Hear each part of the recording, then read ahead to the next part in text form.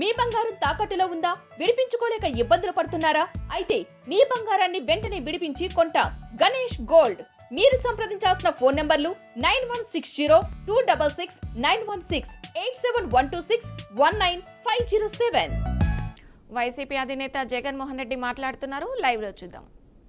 అన్ని చేసే ప్రతి విషయంలో కూడా మరొక్కసారి మళ్ళీ చెప్తా ఉన్నా, మీ పాత్ర చాలా ముఖ్యం. ఈరోజు రాష్ట్రంలో ఉన్న ప్రత్యేకమైన పరిస్థితులు ఏమిటో, ఈ ప్రత్యేక పరిస్థితుల మధ్య మీరు పోషిస్తూ ఉన్న పాత్ర ఏమిటో నేను వేరే చెప్పాల్సిన అవసరం లేదు. నిజంగా ఈరోజు పార్టీకి అన్ని రకాలుగా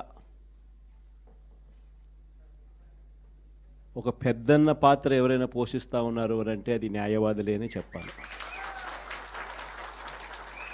అడగకపోతే అమ్మైనా అన్నం పెట్టదన్నట్టుగా, కోరకపోతే దేవుడైనా కూడా వరం ఇవ్వడం అన్నట్టుగా, పిటిషన్ వేయకపోతే, న్యాయస్థానంలో మీరు నిలబడకపోతే న్యాయం కూడా దక్కే పరిస్థితి కూడా ఉండదు. కలియుగం అన్నది ఏమిటి అన్నది ఈ చంద్రబాబు నాయుడు గారి పరిపాలన చూస్తే ఈ 14 నెలల్లో ఓహో ఇదేనా కలియుగము అని చెప్పి అనిపించే పరిస్థితి ఎవరికైనా కూడా అనిపిస్తుంది. ఎందుకనంటే న్యాయం లేదు, ధర్మం లేదు.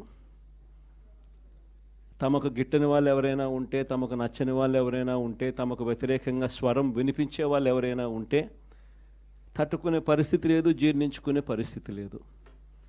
ఎలాగైనా తీసుకొని పోయి వాళ్ళని జైల్లో వేయాలి, ఎలాగైనా తీసుకొని పోయి వాళ్ళని చిత్రహింసలు పెట్టాలి, ఎలాగైనా కూడా వాళ్ళ పరువును తీయాలి అనే ఒక నీచమైన సంస్కృతి ఈరోజు మనం చూస్తూ ఉన్నాం. ఒక మనిషిని జైల్లో పెట్టడము అని అంటే తన పరువును, తన ప్రతిష్టలతో ఆడుకోవడం. అవన్నీ తెలిసి కూడా ఏ తప్పు చేయకపోయినా కూడా బురద వేసి తప్పు చేశాడు అని చెప్పి దానికోసం దొంగ సాక్ష్యాలను క్రియేట్ చేసి కేవలం వీళ్ళు పెట్టే ప్రలోభాలు, వీళ్ళు పెట్టే భయం తప్ప వేరే బేసి లేదు, వేరే సాక్ష్యము లేదు. ఇలాంటి పరిస్థితుల మధ్య న్యాయం జరగడానికి కోసం బాధితుల తరపున గట్టిగా నిలబడి వాళ్ళ స్వరం వినిపించే కార్యక్రమం ఎక్కడైనా చేయాల్సిన పరిస్థితి ఏదైనా ఉంది అని అంటే అది ఇంకా మన భుజస్కంధాల మీద ఇంకా బాధ్యత ఎక్కువైంది. కానీ ఏదైనా కూడా న్యాయం, ధర్మం అనేది వాళ్ళ తరపున ఎవరైనా వాళ్ళ తరపున గట్టిగా నిలబడి వాళ్ళకు న్యాయం చేసే పరిస్థితి రావాలి అని అంటే అది మళ్ళీ మీ భుజస్కంధాల మీదనే ఉంది. కాబట్టి మీరు పోషించే పాత్ర చాలా ఇంపార్టెంట్ పాత్ర.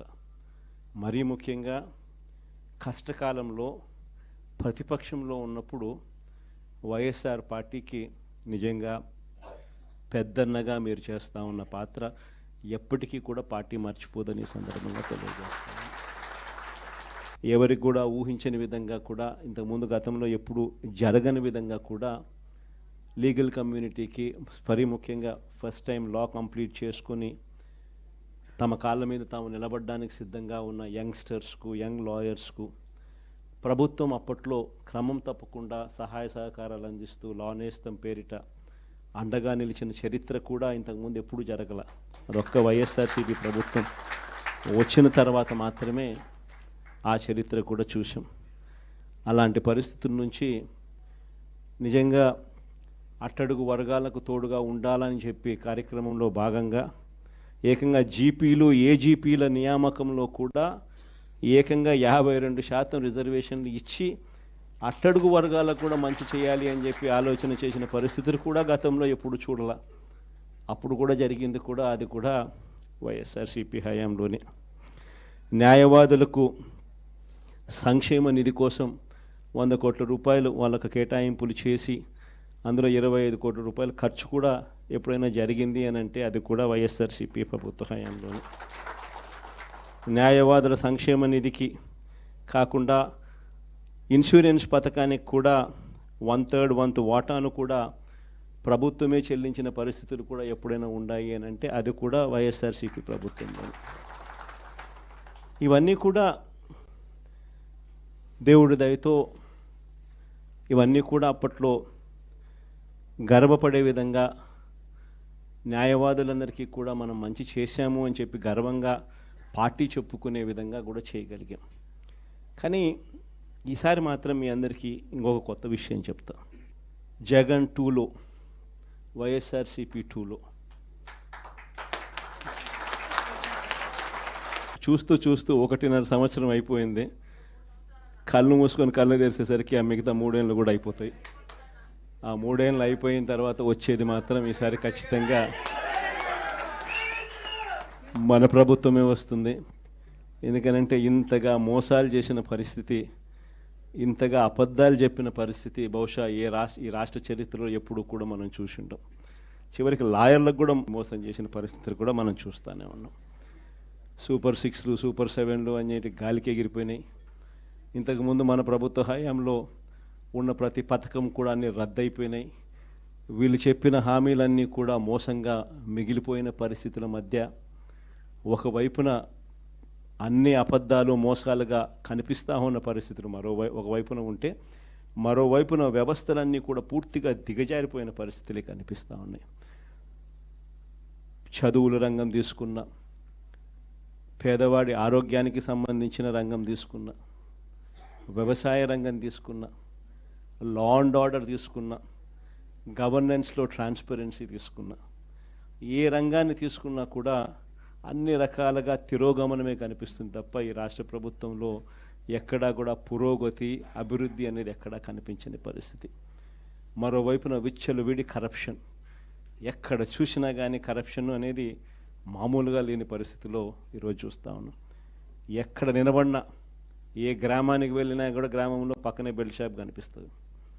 విచ్చలవిడిగా బెల్ట్ షాపులు మన కళ్ళ ముందనే ఎంఆర్పి రేట్ కన్నా ఎక్కువ రేటుకి అమ్ముతూ ఉన్నారు. డైరెక్ట్గా ఎంఆర్పి రేట్ కన్నా ఎక్కువ అమ్ముతూ ఉన్న బెల్ట్ షాపులు ఎవరు నడపాలా అనేది ఆక్షన్లో పాడుతూ ఉన్నారు. ఆక్షన్లో 2 లక్షలు 3 లక్షలు 4 లక్షలు పాడినోనికి బెల్ట్ షాప్ ఇస్తూ ఉన్నారు. ఆ బెల్ట్ షాపు ఎంఆర్పి రేట్ కన్నా ఎక్కువ రేటు కళ్ళ ముందరనే అమ్ముతూ ఉన్నారు. అలా అమ్మిచ్చేది ఎవడు అని అంటే పోలీసులు దగ్గరుండి అమ్మిస్తూ ఉన్నారు. ఇది కరప్షన్ అనేది కళ్ళ ముందనే కనిపిస్తూ ఉన్న కరప్షన్. ఎక్కడ చూసినా పర్మిట్ రూములు, ఇల్లీగల్ పర్మిట్ రూములు కనిపిస్తూ ఉన్నాయి. ఏ నియోజకవర్గం తీసుకున్నా కూడా ఇసుక అన్నది ఉచిత ఇసుక అంటున్నారు. ఉచిత ఇసుక ఎవరికి ఇస్తూ ఉన్నాడు అనేది దేవునికి ఎరక. కళ్ళు ఎదుటే కనిపిస్తూ ఉన్నది ఇసుకే మన ప్రభుత్వ హయాంలో కన్నా డబుల్ ద రేటుకి అమ్ముతూ ఉన్నారు.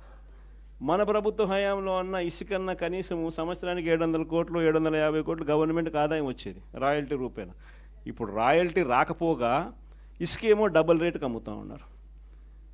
ఏ నియోజకవర్గం తీసుకున్నా కూడా పేకాట క్లబ్బులు దగ్గరుండి నడిపిస్తూ ఉన్నారు ఎమ్మెల్యేలు, క్యాండిడేట్లు. పోలీసులు